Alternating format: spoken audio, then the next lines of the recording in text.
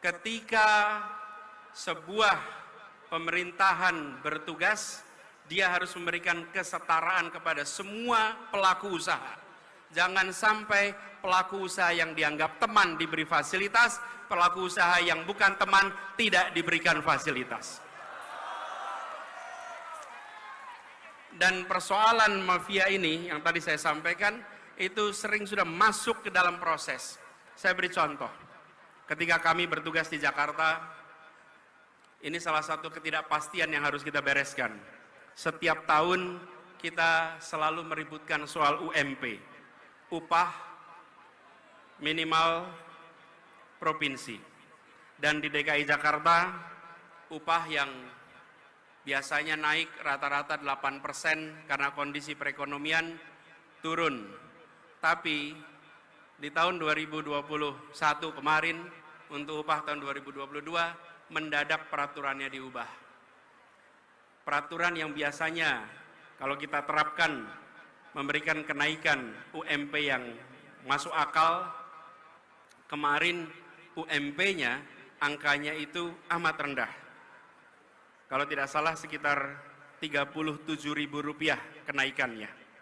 Pada waktu itu saya katakan, tidak mungkin di Jakarta naik upah nilainya 37.000. 37 itu bukan angka yang layak untuk pekerja di Jakarta. Karena itu kemudian saya sampaikan kepada pemerintah waktu itu, Kementerian Tenaga Kerja. Saya sampaikan bahwa yang layak di Jakarta, kenaikan itu menggunakan formula yang lama. Jangan formulanya digonta-ganti. Dan inilah yang disebut sebagai mafia tentang pengupahan yang ada di Indonesia. Tidak boleh kita biarkan. Kami memilih untuk mengambil sikap yang berbeda. Dan ketika memilih sikap berbeda, tentu kita menyadari bagaimana landasan hukumnya. Tapi yang menarik, para pengusaha protes waktu itu. Saya undang pengusahanya ke Balai Kota. 50 pembayar pajak terbesar saya undang. Ketika saya undang, saya sampaikan, Bapak Ibu sekalian yang sekarang sudah menjadi 50 pembayar pajak terbesar. Bapak Ibu lihat, kita semua nih sekarang berkumpul di Balai Kota. Jaraknya hanya 1 kilometer dari Gedung Pancasila, tempat konstitusi kita disusun. Tempat persiapan kemerdekaan kita disiapkan. Pada waktu itu mereka yang berkumpul adalah orang-orang yang makmur, orang-orang yang terdidik. Tapi mereka memilih mendirikan sebuah negeri yang prinsipnya menghadirkan keadilan sosial bagi seluruh rakyat Indonesia. Sekarang di sini, yang kumpul di sini, Bapak Ibu, saya ingin tanya, 40 tahun yang lalu Bapak Ibu di mana? 50 tahun yang lalu Bapak Ibu di mana?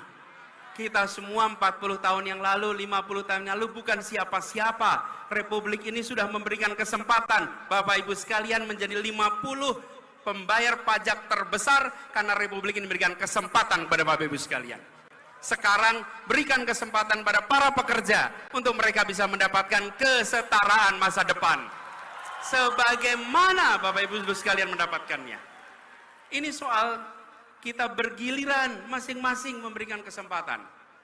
Dan ketika kita mengirimkan pesan kesetaraan itu yang menarik. Para pengusaha itu setelah ngobrol pulang dan mereka bilang, Pak Gub, kami setuju dengan prinsip yang Bapak pegang. Kita sama-sama bergerak untuk Indonesia.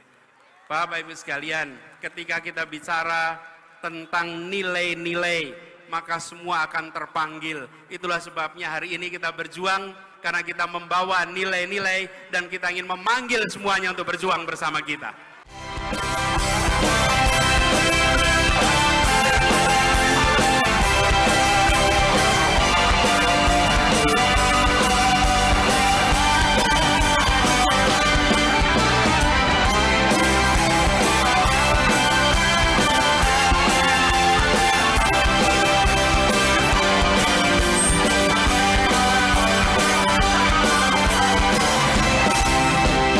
Bergerak serentak menetap tegak bergerak majulah menang bergerak serentak, serentak menetap, mengejar tegak. Tak gentar, tak gentar, bergerak, menyerang, majulah, majulah menang.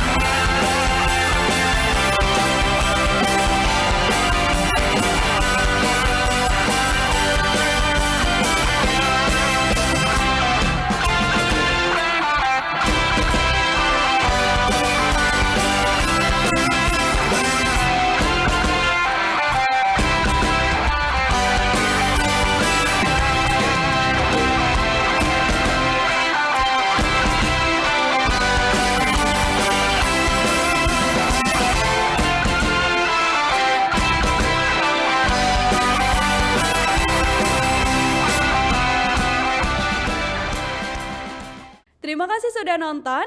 Jangan lupa like, subscribe, dan share ya.